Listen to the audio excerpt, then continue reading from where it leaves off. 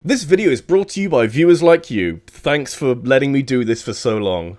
Alright then, you insatiable little goblins, I'll give you even more Tears of the Kingdom content. Hey, it's a good time to do this, and I'm less likely to bombard you with Zelda videos the further away we get from Totka's release date, but I'm striking while the iron is scalding hot. I've previously ranked the dungeons and boss fights in this game, and since I want to keep these ranking videos exclusive to stuff that's new in Tears of the Kingdom, the next natural place to go is probably fusions. However, I ran the numbers and my brain broke before I was able to work out how many fusion combinations there are, so how about we just rank some Zonai devices instead?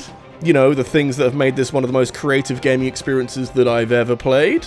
There's a fair few of them in the game, and they're not all useful, surely. And since they're all designed to be useful, there's not really a terrible Zonai device in Tears of the Kingdom. What can I say? Clearly the Zonai knew their engineering. But for my money, I think the Hydrant is probably the worst Zonai device in the game. It's not useless, since having something that dispenses water is quite helpful in the Zora part of the story and when in hot climates. But water isn't a particularly versatile element, and it doesn't even do direct damage. And hey, if you really need water, use Sidon's ability or strap an opal to a weapon.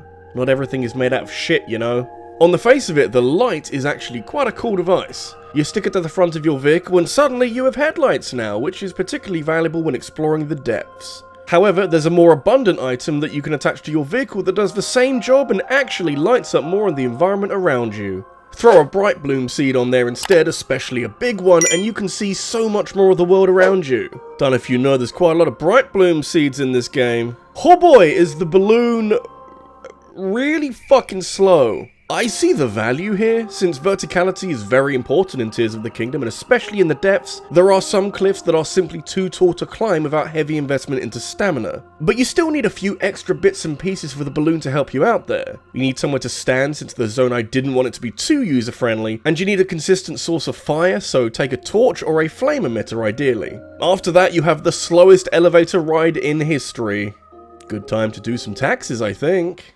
Because I'm dumb, I went to see the Gerudos first, and their dungeon told me that the mirror would be useful, and it kinda isn't. You can fuse it with a shield to make the coveted mirror shield, and during the day you can reflect sunlight into the eyes of enemies and stun them so they drop their items, but that's pretty much all there is to it. Undead enemies die straight away, so it's a good deterrent for Gibdos and stout enemies, but you can't reflect moonlight, so I don't even know how you get that second one to work. Let it absorb magic like Ocarina of Time's Mirror Shield, and we'll talk. Losing bomb arrows and the bomb runes would have been devastating without adequate replacements, but luckily, we've got the time bombs and bomb flowers, and one of those literally grows out of the ground. I feel like bomb flowers were the natural evolution of explosives in this engine, and they can now be attached to whatever you like, including your shield for a helpful boost into the air. The time bombs, on the other hand, feel a little archaic by comparison. They're powerful, and a delayed explosion will always have its use, but in almost every other category, you're better off using a bomb flower. Organic is the way to go. The emitters are overall pretty amazing, and when paired with other devices that we haven't got to yet, they can clear an enemy encampment like mowing the lawn, but I want to break them down to their individual devices, and when we do that, the shock emitter looks kinda bad, not gonna lie. It lacks the range of other emitters and doesn't have much sustain since it's all about stunning an enemy instead of doing damage. The best thing you can do with it is hold an enemy in a stun lock, but you'd be better off just doing damage instead. It's not as helpful as you'd think. The sled may sound cool, but the more you think about it, the less impressive it gets. The big selling point here is that it has less friction than the cart and can be put to some good use on flat ground in the desert or on grasslands, but it really doesn't have much use on its own. It's very situational in its preferred terrain, but elsewhere it functions almost identically to any other flat piece of building material. It works well with a shield for shield surfing, but it only helped me to realize that it effectively does the same job as shield surfing, just with more room for propulsion. I'd love to know what the devs were thinking when they decided on the Hoverstone. It's fairly self-explanatory. It's a platform that floats in midair when powered, but can't be moved around while you're on top of it, so you need at least two to feel the main benefit of making some kind of floating staircase. I feel like it doesn't have the best synergy with other devices unless you want something to be just kind of floating around doing something, but at the same time there isn't a whole lot else in Tears of the Kingdom that can do this, so it's okay? I'm sure you can make it work. If you've got places to be and can only get there via a wheeled vehicle, then you need to glue some small wheels onto something ASAP. These are the faster of the two types of wheels in Tears of the Kingdom and are more geared towards speed than anything else. On flat ground, you're going to burn some serious rubber. However, Hyrule has a lot of hills and mountains as well, so it almost works like the sled in a way. Lots of fun on flat ground, but a bit of a headache if you need to go over rough terrain. Also can't do this, so I'm going to stick to my chunky wheel, thank you very much. Hey guys, real quick, my channel has been approved for YouTube memberships now, so if you fancy supporting my channel more directly, you can become a member for as little as £1 a month and gain access to some nifty perks, as well as being featured on my channel page. Hit the join button below this video if that sounds cool to you. Thank you, and let's get back to the video. The spring is a bit of a sleeper hit. I complained that the balloon isn't the fastest or most efficient way to climb a mountain, but that's why the spring is in the game, since one trip on this bad boy is usually enough to either give you the boost you need to climb up something steep, or just bounce on over it in one go. It's a tad basic, but very handy if you need that extra boost, which can be delivered either by activating the platform, or by putting one on a shield and getting that non-explosive shield boost. Either way, it makes a funny sound, so I'm on board. The one major upside to using a flame emitter is that you've got a very reliable source of fire. I don't know if you played the last game, but fire had 3 significant attributes. It was powerful, hard to generate out of thin air, and spread really easily, so giving you a seemingly infinite source of fire is very potent indeed. It's not the best option for an emitter and spends most of its time spreading fire across the environment and not just the enemies you're fighting, but if you want some chaos, then yeah, go for it. You ride all those updrafts. And after all that madness, talking about the stake feels like a bit of a come down, but actually, it's one of the most underrated devices in the game. My first exposure to the stake was that shrine where you need to make a baseball bat out of them, which is a little misleading since it doesn't elaborate on just how flexible the stakes can be. They can sink into other objects and allow for Zonai devices to be attached in places and at angles that otherwise wouldn't have seemed possible, and in my time I've seen 3 big uses for them. They're used inventively in the few shrines based around stakes, they're used to do insane things with gigantic builds, and it's a makeshift car jack. Those wheels fit like a dream now. I slept on the portable pot for so long, and frankly, I'm sorry. It's a one-time use cooking pot that you can whip out whenever you feel like, and I was put off the first time I used it because I didn't need to use it. It is quite easy in Tears of the Kingdom to warp to a stable or something, cook up the food you need, and then warp back, but if you're, say, freezing at the top of a mountain and you're about to die, the portable pot is quite literally a lifesaver. Are you struggling with a boss? Cook up a meal on your camp stove and kick its ass. It's like a cooking pot, but portable.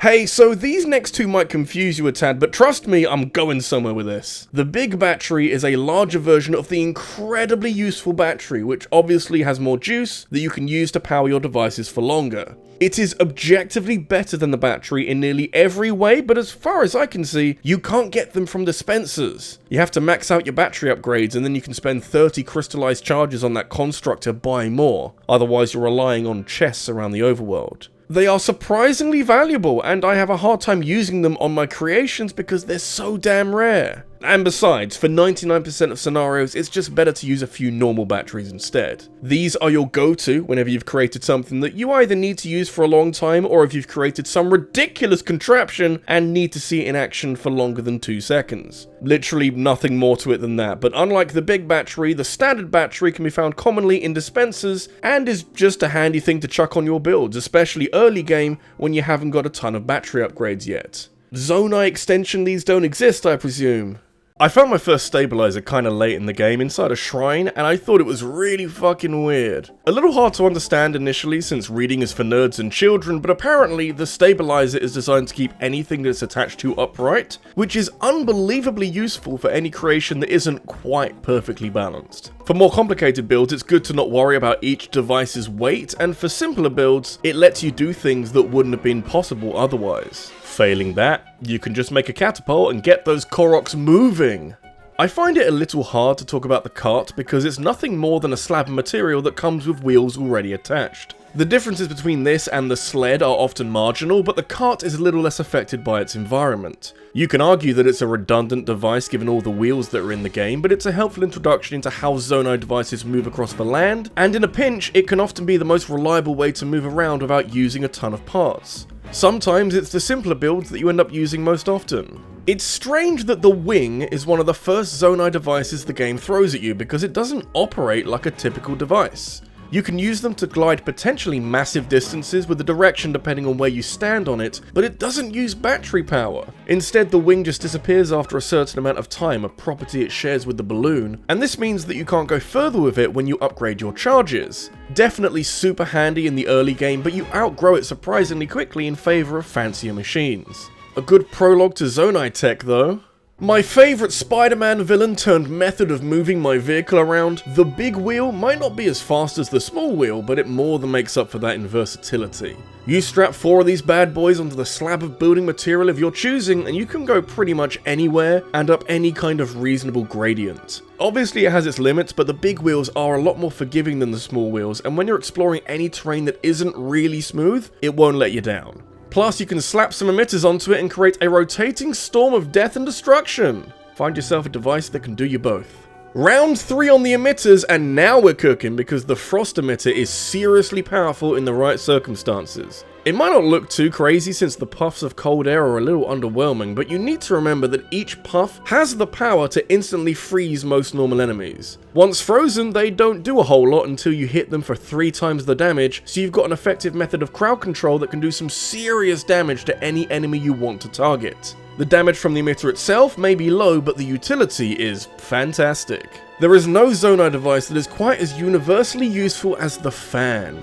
You find other ways of making things move as you play through Tears of the Kingdom, but the fan is old reliable. If you need to move a car or a plane or a boat from A to B, a fan will do that job, no questions asked. Even when not attached to anything Zonai related, it's like a free updraft generator that functions like a mini Rivali's Gale whenever you need that vertical boost. It's also 2/3 of the reason why the hoverbike is probably the best way to travel around Hyrule, so yeah, get some. The frost emitter is amazing and everything and can combo with your standard attacks, but evidently the best emitter would always be the one that shoots the only element that you had previously no control over in Breath of the Wild. The beam emitter is kind of ridiculous since its range is what you see and it completely outclasses every other emitter for sustained damaged output. It doesn't come with any elemental effect, but it just relentlessly pumps out damage to whatever unfortunate bokoblin happens to cross its laser beam. Am I the Guardian now? Listen, if you give anyone a cannon, there will be chaos, but you hand one over to Link and you're practically begging for trouble. As what effectively functions as a bomb emitter, the cannon is comically overpowered and only remotely balanced by the fact that explosives also hurt Link. You can strap this to anything in your arsenal and cause the kind of mayhem that the International Criminal Court would be very interested in, and for raw damage, this is the strongest device in the game by far. You could mess around with the time bomb, or you could launch cannonballs at enemies like the pirate you always wanted to be.